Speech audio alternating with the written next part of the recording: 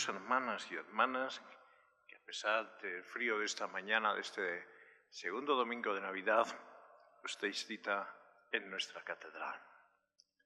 Acabamos de escuchar la palabra de Dios que ilumina el acontecimiento que celebramos. En esta primera parte de la Eucaristía, la palabra es como el alimento, es como la luz que nos enciende el sentido de la celebración.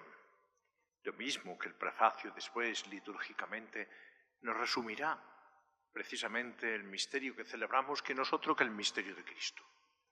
El misterio de Cristo desplegado a lo largo del año litúrgico, y en este tiempo de Navidad hay como unos elementos que se repiten en esa presentación del misterio de Cristo.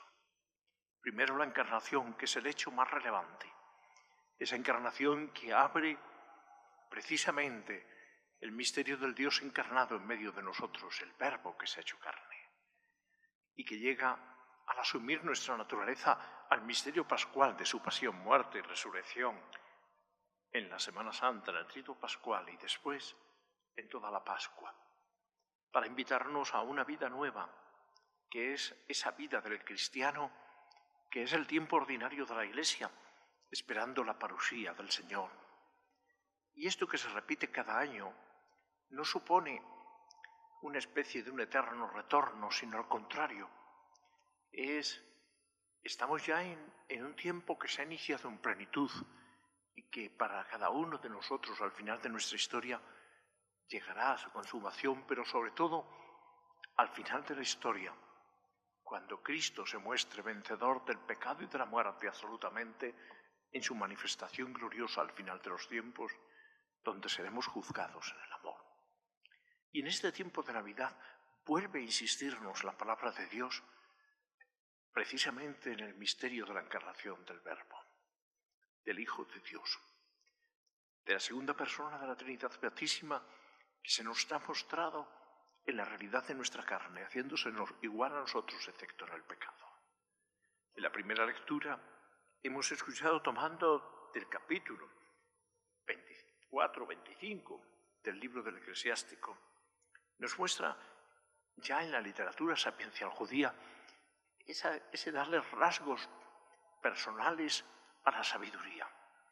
Ciertamente, todavía en el Antiguo Testamento no se vislumbra ese sentido personal de manera plena, como lo vemos ya mostrarse, como nos dice la carta a los hebreos cuando ha llegado la plenitud de los tiempos, en que ya Dios no nos habla por los profetas, no nos hace su revelación por intermediarios en el Antiguo Testamento, sino que es su misma palabra la que se hace carne. Por eso a nosotros también, como el apóstol Felipe, el Señor nos dirá: Felipe, tanto tiempo con vosotros y aún no me conocéis. El que me ha visto a mí, ha visto al Padre. Cuando Felipe le dice: muéstranos al Padre, nos basta. Esa visión de Dios que dice San Agustín que es la plenitud de la felicidad y el cielo, ese ver a quien nos ve y ve todo. Precisamente esta palabra de Dios ya es vislumbrada en la sabiduría, manifestada en la ley de Moisés, que es el orgullo del pueblo de Israel y que se asienta, nos pone a Jerusalén como el centro. ¿Qué pueblo tiene una ley como lo tiene el pueblo de Israel? Es el orgullo del pueblo de Israel. Pero esa sabiduría es creada, esa sabiduría es llegar a un conocimiento del comportamiento moral que el pecado había nubilado, había oscurecido, y que Dios en su misericordia revela al pueblo escogido como mediación para las naciones. Pero llegada la plenitud de sus tiempos, se nos muestra en su Hijo Jesucristo. Y es ese prólogo maravilloso del Evangelio de Juan, el mismo que se proclama el día de Navidad y que nos hace esa lectura teológica del nacimiento de Jesús. El Verbo se ha hecho carne, Dios se ha hecho hombre. El que ha hecho el mundo se ha hecho uno de nosotros, vino a su casa, lo hemos escuchado, y los suyos no lo recibieron. Es el misterio de la presencia de Dios que se conjuga con la obstinación del hombre que lo niega. Pero Dios es el que ha vencido. Y nos ha ganado con su humildad y con su sencillez, con su pobreza, para ensalzar al hombre y para hacer al hombre nada más y nada menos que hijo de Dios. Por eso, el evangelista nos dice: a los que le reciben les da poder para ser hijos de Dios, los cuales no han nacido de la carne ni de la sangre, sino que de Dios son nacidos. Y San Juan, en su primera carta, el mismo autor del cuarto evangelio, nos dirá: mirad qué amor nos ha tenido el Padre para llamarnos hijos. Y dice él: pues lo somos, y aún no se ha manifestado lo que seremos. Pues solo cuando le veamos tal cual es, entonces se manifestará la visión de Dios, que en la Navidad también se nos presenta como iluminación para nuestra fe que camine, que peregrina hacia ese encuentro definitivo del Señor.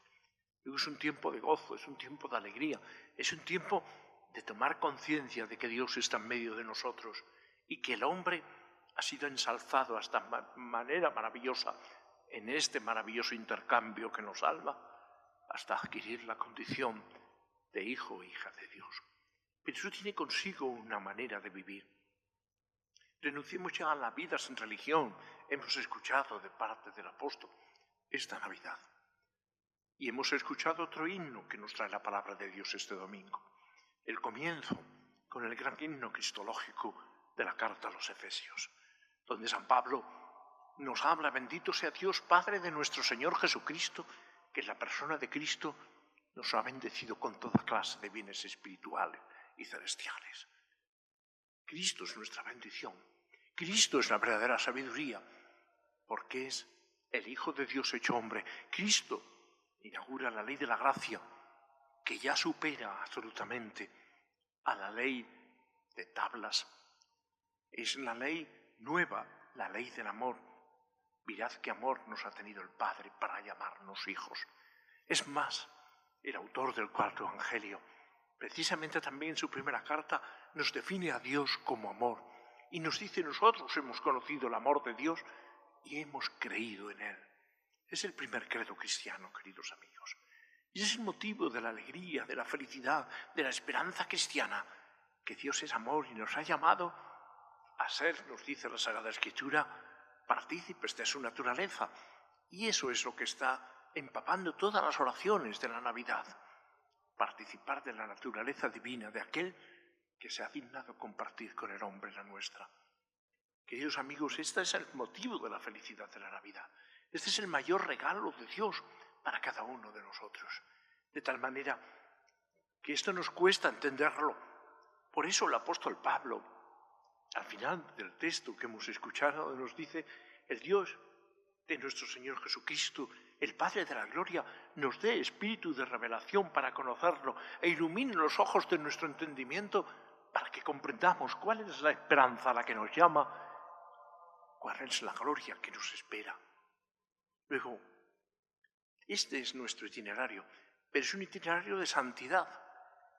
Nos dice también San Pablo en el himno que hemos escuchado que Dios nos eligió en la persona de Cristo antes de la constitución del mundo para que seamos santos e irreprochables en su presencia por el amor. Luego ahí tenemos ya la esencia cristiana, transformados en Cristo, elevados a la dignidad de hijos de Dios, para que vivamos como tales y para que veamos a los demás como hermanos nuestros en los que se refleja también el rostro de Jesús. Vamos a pedirle a la Virgen que nosotros, al acercarnos al misterio del nacimiento del Señor, no nos quedemos en lo exterior, no es que nos quedemos en lo sentimental y mucho menos en la azúcar de un sentimentalismo estéril que pasa pasado mañana, sino que realmente vayamos a lo central y vivamos la alegría que nos ha traído el nacimiento de nuestro Señor Jesucristo, ya que le pedíamos a Dios en Adviento celebrarlo con alegría desbordante y con piedad sincera y al mismo tiempo con una certeza en esta fe que nos salva. Como María, nosotros así también seremos benditos porque hemos creído lo que se nos ha dicho de parte del Señor. Así sea.